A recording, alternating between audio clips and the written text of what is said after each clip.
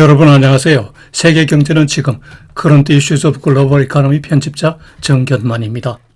네, 9월 29일자 세계경제는 지금 시작하겠습니다. 오늘 토픽 한 건, 단신 3건, 그리고 오늘 명상 시간에는 영국 낭만파 시인 존 키스의 Ode to Autumns, 가을 송가 시를 감상하시겠습니다. 네, 오늘 토픽은 미국 개인 소비 지출 물가, PC 물가가 전년 동기 대비 2.2% 상승에 그쳤다는 소식인데요.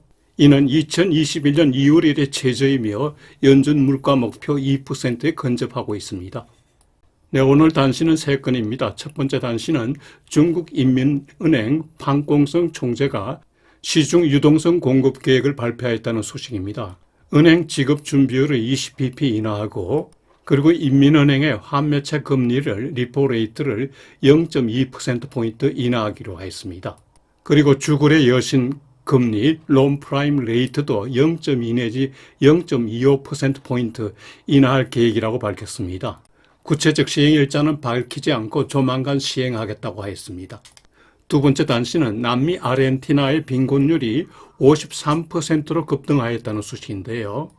작년 가을에 취임한 밀레이 대통령이 재정적자 축소를 위해 강력한 재정긴축, 복지 축소, 연금과 보조금 축소 등을 시행하기 때문입니다. 세 번째 단신은 다음 주 미국 금융시장 주요 이슈 및 일정입니다. 네, 오늘 소개할 명시는 25세에 요절하였지만 사후에 유명해져 19세기 영국의 대표적 낭만 시인이 된 존 키스의 Ode to Autumns, 가을 송가입니다. 네, 오늘의 토픽, Key Fed Inflation Gauge at 2.2% in August, lower than expected. CNBC 뉴스 보시죠. 미국의 8월 중 개인 소비 지출 물가, PC 물가가 전년 동기 대비 2.2% 상승에 그쳤다는 소식인데요. 월가 예상을 밑돌 뿐 아니라 7월의 2.5% 상승에 비해서 0.3%포인트나 추가 하락하였습니다. 이는 2021년 2월 1일의 최저입니다. 전월 대비로도 0.1% 상승에 그쳤습니다. 음식과 에너지를 제한 코어 PC는 전년 동기 대비 2.7% 상승하였습니다. 월가 예상에는 부합하는데요. 그러나 7월 중에 그 2.6% 상승보다는 0.1%포인트 올랐습니다. 전월 대비로는 0.1% 상승하였습니다. 부문별로 보면요, 상품 물가는 전월 대비 0.2% 하락하였습니다. 서비스 물가는 0.2% 상승하였습니다. 서비스 부문이 상승을 주도하는군요. 그리고 렌트 주거료는 월 중에 0.5%나 상승하였습니다. 여전히 문제군요. 8월 중에 개인 소득은 전월 대비 0.2% 증가했습니다. 예상을 0.2%포인트 하회하네요. 개인 지출도 전월보다 0.2% 증가했습니다. 예상 0.3%를 하회했습니다. 이런 PC 물가에 대한 평가는 연준 물가 목표 2%에 더 근접하였다는 점이죠. 시장의 반응은 금리 추가 인하에 대한 기대가 커짐에 따라 주가는 크게 상승하고 국채 수익률은 하락전환하였습니다. 지난 9월 18일 금리 인하한 연준 입장에서 보면은 물가 관리 측면에서 긍정적으로 느끼겠죠. 앞으로 고용시장의 그 소프트닝이 추가 확인되면은 연내 추가 50bp 인하도 가능시됩니다. 물론 시장에서는 더 큰 폭의 금리 인하를 희망하고 있죠. 다음 페이지에 그 페드워치 트래커를 살펴보시죠. 먼저 11월 7일자 FOMC에서의 그 페더럴 펀드 레이트 확률을 보면요. 지금보다 25bp 인하가 46.7% 확률이고요. 50bp 인하가 53.93%로 50bp 인하가 조금 더 높습니다. 지난주보다 50bp 인하 기대가 조금 더 커졌음을 볼 수 있죠. 그리고 12월 18일자 FOMC에서의 그 페더럴 펀드 타겟 레이트 확률을 보면요. 현 타겟 레이트보다 50bp 인하 확률이 21.3%, 75bp 인하 확률이 49.7%로 제일 높고요. 100bp 인하 확률이 28.9%로 나왔습니다. 지난달에 나왔던 그 연준의 다트 플러트보다 25bp 더 높죠. 시중의 금리 인하 기대폭이 더 크다는 거죠.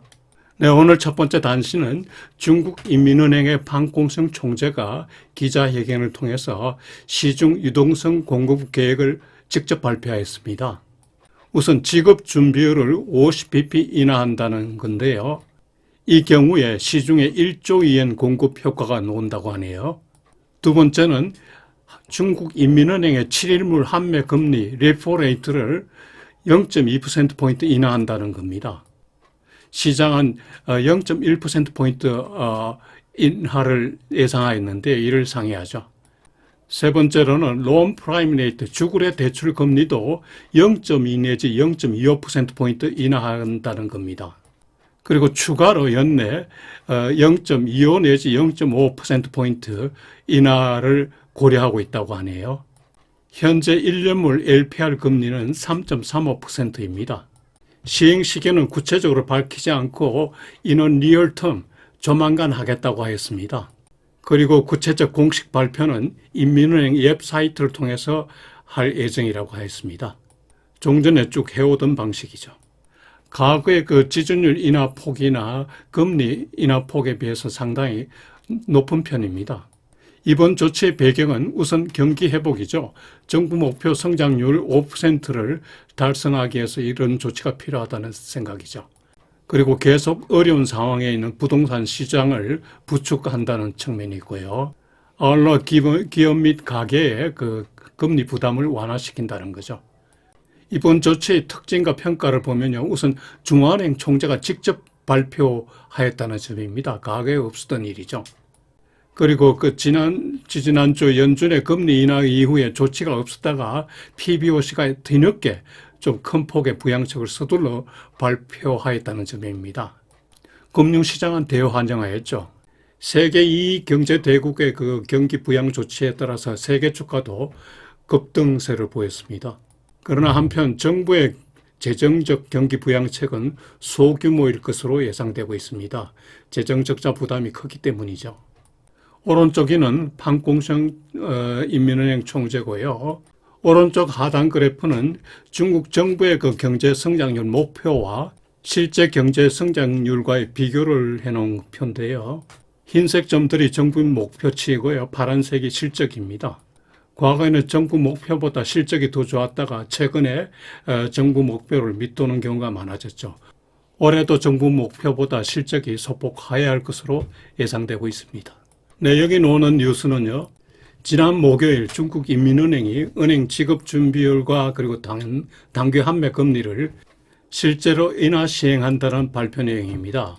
지급 준비율은 발표한 대로 50bp 인하했는데요. 올해 두 번째 인하입니다. 이에 따라 대소은행 평균 지준율은 6.6%로 내렸습니다. 그리고 환매 금리도 인하했는데요. 7일물 환매 금리가 20bp 인하되었습니다. 그래서 1.5%가 되었습니다. 14일물 역환매 금리는 앞으로 조정해서 시행할 예정이라고 하네요. 지준율과 그 환매 금리 인하는 발표 당일 바로 시행하게 되었습니다. 27일부터 시행입니다. 네, 지난주에도 올렸습니다만은 중국 경제 주요 지표를 한 번 더 올렸습니다. 전주에 비해 이한 달러 환율이 6.98까지 7 이하로 떨어졌습니다. 달러 인덱스도 100.3까지 떨어졌지만은 이완화의 강세가 대단하군요. 오른쪽 첫째 그래프가 달러 위엔 환율 추이고요. 두 번째 그래프는 GDP, 분기별 GDP 성장률인데요. 지난 2분기에 연율로 0.7% 성장에 그쳤죠. 다들 부양책이 왜 안 나오냐 했는데 나온 거죠. 네, 두 번째 단시는 아르헨티나의 그 빈곤율이 지난 상반기 중에 53%로 급등하였다는 소식입니다. 아르헨티나의 그 빈곤율 추이를 보면은 7년 전에는 26%에 불과했습니다. 작년 말에 41.7%로 높아졌고요. 그리고 지난 6월 말에 53%까지 올라갔습니다. 자비에르 밀레이 대통령은 올해 초부터 강력한 재정 긴축 정책을 취하고 있는데요. 복지를 축소하고 연금도 내리고 그리고 보조금도 축소하는 등 이렇게 하고 있죠. 여기에 따라서 아르헨티나의 그 빈곤율이 올라간 거죠. 그러나 밀레이 대통령이 긴축 재정 정책을 할 수밖에 없는 배경을 보면요. 아르헨티나는 경제기가 계속 거듭 반복되고 있었죠. 고물가, 고실업, 리세션, 그리고 재정적자 확대 등이죠. 문제가 많았죠. 특히 전임 정부에서 이월된 심각한 재정적자, 정부 대변인은 폭탄을 이어받았다고 하는군요. 이를 축소하기 위해서 강력한 재정 긴축을 하게 되었고 이에 따라 국민교통이 가중되었죠. 오른쪽 사진과 같이 연금 지급액 축소에 항의하는 시위가 격렬하게 벌어졌죠. 그러나 금융시장, 특히 국제금융시장에서는 오히려 긴축 정책을 환영하고 있죠. IMF는 아르헨티나가 구제금융을 추가로 받으려면 긴축을 해야 된다고 강조하고 있죠. 그런데 이러한 긴축 결과 최근에 일부 경제지표가 반전될 조짐을 보이고 있습니다. 물가 성장률 등은 연초 대비 조금 개선되었습니다. 아르헨티나 경제가 빨리 호전되어 국민의 고통을 줄여주기를 기대합니다. 네, 오랜만에 남미의 아르헨티나 주요 경제 지표를 한번 살펴보시죠. 먼저 달러 페소 환율을 보면요. 1달러 대 966페소입니다. 지난 주말. 6년 전인 2018년에는 1달러 대 12페소에 불과했습니다. 인플레이션과 함께 상상 초월의 환율 급등이 있었죠. 지난 8월 현재로 물가 상승률은 작년 대비 237%입니다. 그래도 전달에 266% 보이다는 많이 내려갔죠. 중앙은행 기준금리는 40%고요. 오른쪽 두 번째 그래프는 GDP 성장률인데 분기 성장률입니다. 벌써 리세션에 빠져 있죠. 지난 2분기 경제 성장률이 마이너스 1.7% 역성장입니다. 그러나 지난 1분기에 마이너스 2.57%보다는 많이 나아진 거죠. 무역 수지와 경상 수지가 많이 좋아졌습니다. 예제 상황을 위해서는 많이 팔아야죠. 오른쪽 맨 아래 그래프가 물가 상승률 추이인데요. 최근에 상승률이 많이 떨어지고 있죠. 그러나 아직도 전년 대비 237%라는 높은 물가 상승을 기록하고 있습니다. 어렸을 때 아르헨티나를 많이 부러워했었는데 상전벽해가 되었군요. 네, 다음 주 미국 금융시장 주요 이슈 및 다이어리 보시죠. 비카트 호재에 힘입어서 전 3주 큰 폭 상승한 후에 지난주에는 소폭 상승세로 둔화되었습니다. 지난주에 S&P 500는 0.6% 상승하고 나스닥은 1.1%, 그리고 다우는 0.6% 상승하였습니다. 1년 전에 비해서 다우는 25.7%, S&P는 33.5%, 그리고 나스닥은 36.1%까지 올랐습니다. 전통적으로 9월은 약세장인데요. 이번에는 이 징크스가 깨지는 것 같습니다. 국채 수익률은 비카트 이후에 일시적 금리 상승세가 나타났다가 지난주 후반부터 수익률이 하락하기 시작해서 주중 전체로는 보합 상태였습니다. 10년물은 3.75% 수익률로 주간 1bp 상승하였습니다. 2년물은 3.6% 수익률로 주간 4bp 하락하였습니다. 10년물과 2년물 간의 수익률 격차가 18bp 소폭 확대되었습니다. 오른쪽 아래 그래프는 오랜만에 2년물 수익률 표를 올려봤습니다. 다음 주는 여러모로 바쁠 것 같은데요. 9월 중 고용보고서가 금요일 나오고 연준 제롬 파월 의장이 월요일 날 바로 스피치 들어갑니다. 그의 신규 일자리 지표 졸스가 나오고요. ISM 제조업과 서비스 PMI 지수가 나옵니다. 그 내구재 주문, 그리고 다수 연준 인사들이 연설할 예정입니다.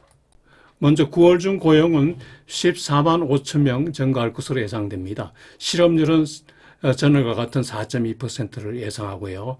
평균 임금은 0.3% 좀 슬로우 됐군요. ISM 제조업의 PMI는 컨트랙션이 예상되고 서비스업은 여전히 확장세가 예상됩니다.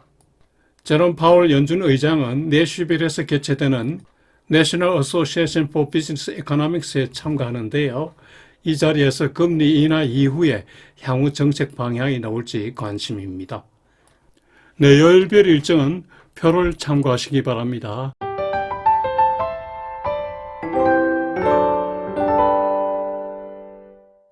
참고로 팀 월스와 JD 벤스 부통령 후보 간의 TV 토론회가 10월 1일 오후 9시 뉴욕에서 CBS 방송 주최로 개최됩니다. 재미있을 것으로 예상됩니다. 네, 오늘 소개할 명시는 존 키츠의 오드 투 오툼입니다. 가을에 붙이는 송시죠. 존 키츠는 25세 때 로마에서 요양 중에 요절을 하였는데요. 그의 시세계는 사후에 유명해졌죠. 로마에 있는 그의 무덤 묘비에는 Here lies one whose name was written in water 라고 적혀 있습니다. 물과 함께 흔적도 없이 흘러간 인생이지만은 그의 시는 영원한 것 같군요.